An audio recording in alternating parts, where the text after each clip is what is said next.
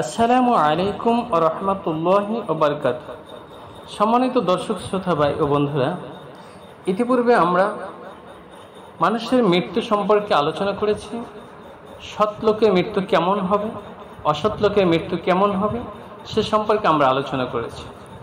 আজকে আমরা জানব মানুষ মৃত্যুর পর তাকে কিভাবে গোসল করাতে হয়, কিভাবে কাফন পরাতে হয় এবং তার জানাজার নামাজ সম্পর্কে।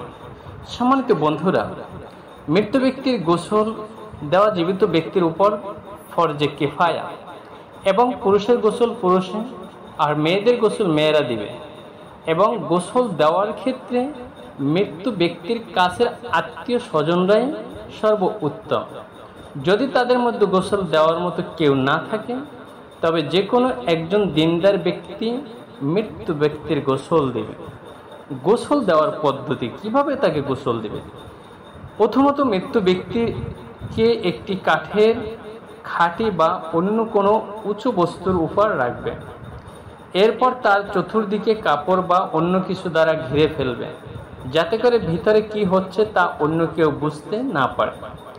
যদি গোসলখানায় গোসল দেওয়া হয়, তবে অতিরিক্ত পর্দা দেওয়ার প্রয়োজন নেই। আর ওই পর্দার অন্তরালে গোসলদাতা ও সাহায্যকারী এ দুজন ব্যতীত আর কেউ থাকবে না। খাটের চারদিকে আকরবাতি জ্বালিয়ে দেওয়া ভালো।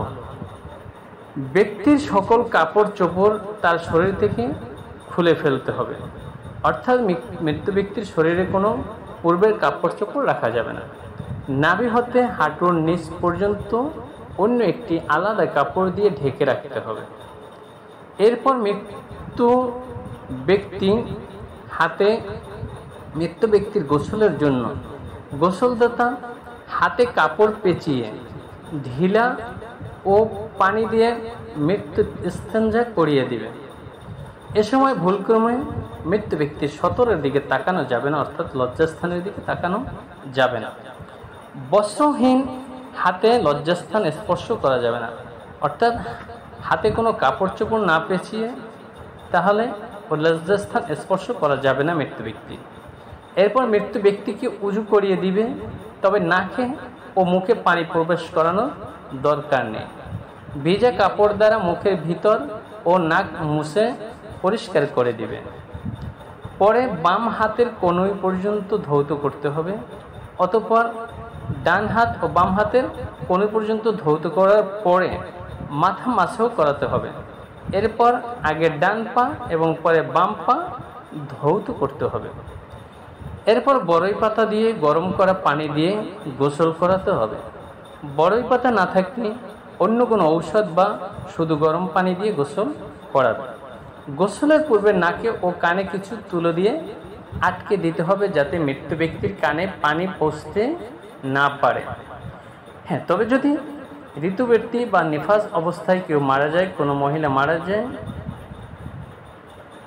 তবে তার নাকে ও মুখে পানি পৌঁছাই দিতে হবে।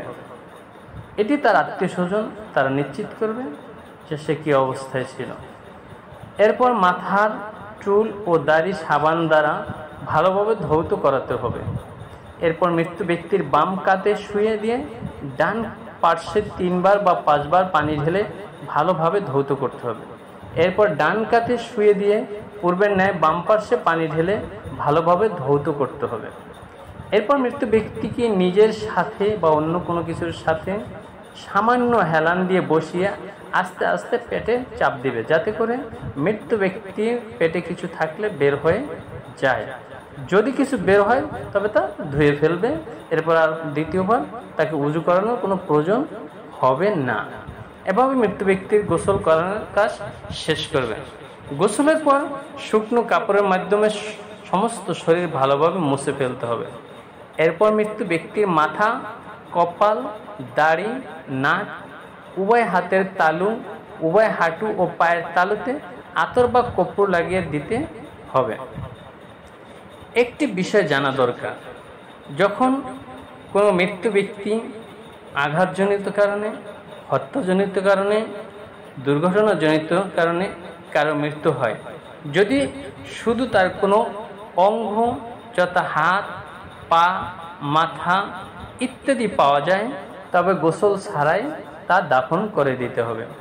তদ্রূপ যদি মাথাবিহীন শরীরের অর্ধেক বা তার চেয়ে কম পাওয়া যায় তবে তাও বিনা গোসলে দাফন করতে হবে। আর যদি মাথা সহ অর্ধেক বা মাথা ছাড়া অর্ধেকের কম পাওয়া যায় তবে তাকে গোসল ও দাফন করতে হবে এবং তার জানাজার নামাজও পড়তে হবে। যদি কোনো মৃত্যু ব্যক্তির পরিচয় না পাওয়া যায় যে সে মুসলমান না কাফের, এবং তার শরীরে যদি এর কোনো চিহ্ন না পাওয়া যায় যে সে মুসলমান কিনা অথবা কাফের কিনা, তাহলে দেখতে হবে যে তার মৃত্যু স্থানটা কোথায়, দারুল ইসলাম বা ইসলামী এলাকায় কিনা। যদি ইসলামী এলাকায় পাওয়া যায় তবে তাকে গোসল দাফন কাফন করে তার জানাজা নামাজ আদায় করতে হবে। আর যদি তাকে দারুল কুফর অর্থাৎ অমুসলিম এলাকায় যদি তাকে পাওয়া যায়, কাফেরদের এলাকায় পাওয়া যায় এবং সে মুসলমান না কাফের তা শনাক্ত করা না যায়, তবে তাকে গোসল ও কাফন দাফন করতে হবে না এবং তার জানাজা নামাজও পড়াতে হবে না। এবার জানি কাফন কিভাবে পড়তে হয় বা কাফন কি। মৃত্যুর পর যে কাপড় পরিয়ে মানুষকে কবরস্থানে রাখা হয় তাকে কাফন বলা হয়। পুরুষের কাফনে 7 হাত হতে 7.5 গজ কাপড় প্রয়োজন হয়, আর মহিলাদের 10 গজ থেকে 10.5 গজ পর্যন্ত কাপড় প্রয়োজন হয়। পুরুষের কাফন 3টি কাফনের প্রয়োজন হয়। 1 নম্বরে চাদর, এর দৈর্ঘ্য হবে 4.5 হাত, এর দ্বারা পা হতে মাথা পর্যন্ত ঢেকে দেওয়া হবে। 2 নম্বর হলো ইজার, এর মাথা হতে পা পর্যন্ত হলেই হবে, অর্থাৎ ইজার বা যেটাকে আমরা চাদর বলে থাকি, এই চাদরটা পা থেকে মাথা পর্যন্ত ঢাকলে চলবে। এর দৈর্ঘ্য হবে 3.5 হাত। আরেকটা হবে জামা বা কুর্তা, ইহা সেলাইবিহীন হওয়া আবশ্যক। এতে আস্তিন বা কল্লি কিছুই থাকবে না, শুধু মাঝখানে মাথা ঢুকানোর জন্য একটু ছিঁড়া থাকবে। এ কুর্তা দ্বারা গলা হতে হাঁটুর নিচ পর্যন্ত ঢাকতে হবে। এর দৈর্ঘ্য হবে 6 হাত, অর্থাৎ সবচেয়ে বড় হবে কুর্তাটা। এরপর হবে তার ইজার দেওয়া থাকতে হবে। যাই হোক, অর্থাৎ পুরুষের জন্য 3টি কাপড় পরিধান করিয়ে দিতে হবে, যেটাকে কাফন বলা হয়। আর মেয়েদের কাফনের ক্ষেত্রে মেয়েদের কাফনের জন্য 5টি কাপড় জরুরি।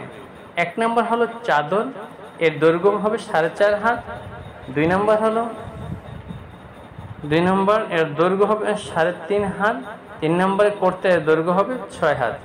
মাঝখান দিয়ে মাথা প্রবেশ করানোর জন্য ফাড়া থাকতে হবে। আর 4 নম্বর হলো মাথা বন্ধ বা ওড়না, এর দৈর্ঘ্য হবে 3 হাত হবে এবং প্রস্থ 1.5 হাত বা তার চেয়ে সামান্য বেশি। এর দ্বারা মহিলাদের মাথা ও চুল বেঁধে চুলগুলো বুকের উপর দিয়ে বেঁধে দিবে। 5 নম্বরে সিনাবন্ধ, এটা বগল হতে পুরু পর্যন্ত লম্বা হতে হবে এবং প্রস্থের চাদরের মতোই হবে। এটা দিয়ে বুক ও স্তন বাঁধতে হবে। বিশেষ দ্রবষ্ট যে যদি কোনো কারণবশত পুরুষের জন্য 3টি কাপড়, মেয়েদের জন্য 5টি কাপড় পাওয়া না যায় তবে যতটুকু পাওয়া যাবে তার দ্বারাই কাফন দিলে যথেষ্ট হবে। শিশুর কাফন, যদি কোনো বাচ্চা জীবিত জন্ম নিয়ে পরে মারা যায় তবে তার নাম রাখতে হবে, তাকে দাফন কাফন করতে হবে ও তার জন্য জানাজা নামাজ পড়তে হবে। আর যদি শিশু মৃত্যু জন্ম হয় তবে তাকে কাপড় পেঁচিয়ে দাফন করতে হবে, তার জানাজা পড়া প্রয়োজন নেই। নিয়ম অনুযায়ী তাকে 3টি কাপড় পরানো হবে না। তদ্রূপ যদি কারো অকাল গর্ভপাত এবং কোনো অঙ্গ যথা মাথা, হাত, পা ইত্যাদি প্রকাশ না পায় তবে তাকে নামকরণ করতে হবে না। নিয়ম অনুযায়ী কাফন ও দাফন করাতে হবে না। এবার আসি, মৃত্যু ব্যক্তির গোসল হলো, তার কাফন পরানো হলো, এবার তার জানাজা সম্পর্কে জানি। মৃত্যুর প্রতি জীবিতদের শেষ দায়িত্ব হলো তার নামাজে জানাজা পড়ে তাকে কবরস্থ করা। মৃত্যুর জন্য নামাজে জানাজা ফরজে কিফায়া, যদি কোনো একজন তা আদায় করে দেয় তবে সকলের পক্ষ হতে এটা আদায় হয়ে যাবে। কোনো একজন তা আদায় করে দেয় তবে তা সকলের পক্ষ থেকে আদায় হয়ে যাবে। আর যদি কেউ না পড়ে তবে সকলেই উচিত জানাজে শরীক হওয়া, সকলেই গুনাহগার হতে হবে। জানাজার নামাজের অর্থ হলো মৃত্যুর জন্য দোয়া। জানাজার নামাজের শর্ত, জানাজার নামাজের জন্য শর্ত হলো জায়গা পাক হওয়া, কাপড় পাক হওয়া, সতর ঢাকা, কেবলামুখী হওয়া। মৃত্যু ব্যক্তি পুরুষ না মহিলা তা জেনে নিয়ত করা, ইমাম প্রাপ্তবয়স্ক হওয়া, মায়ের মুসলমান হওয়া, মৃত্যুর সতর ঢাকা থাকা, সব দেহে পবিত্র হওয়া, কাফন পবিত্র হওয়া, মৃত্যুর খাট মাটির উপরে থাকা। জানাজা ফরজ, ওয়াজিব ও সুন্নতের বর্ণনা। এর ফরজ মাত্র দুটি, দাঁড়িয়ে নামাজ আদায় করা, 4 তাকবীর বলে জানাজার নামাজ আদায় করা। আর ওয়াজিব হলো মৃত্যুর জন্য দোয়া করা। জানাজা নামাজের সুন্নত হলো সানা পড়া, দরুদ পড়া, দোয়া পড়া। সুতরাং আমরা মৃত্যু ব্যক্তিকে কিভাবে গোসল করাতে হয়, কিভাবে তার কাফন পরাতে হয় এবং কিভাবে জানাজা পড়তে হয় এ সম্পর্কে বিস্তারিত জানতে পারলাম। সুতরাং যেহেতু মানুষ মরণশীল, মৃত্যুবরণ সকলকে করতে হবে, এই বিষয়গুলো জেনে আমরা যাতে আমাদের বাস্তব জিন্দিগিতে আমল করে এবং আমরা সকলেই যাতে আল্লাহ ভীরু হয়ে দুনিয়া থেকে বিদায় নিতে পারে, আল্লাহ যেন আমাদের সকলকে তৌফিক দান করেন। আমিন। আসসালামু আলাইকুম ওয়া রাহমাতুল্লাহি ওয়া বারাকাতুহু।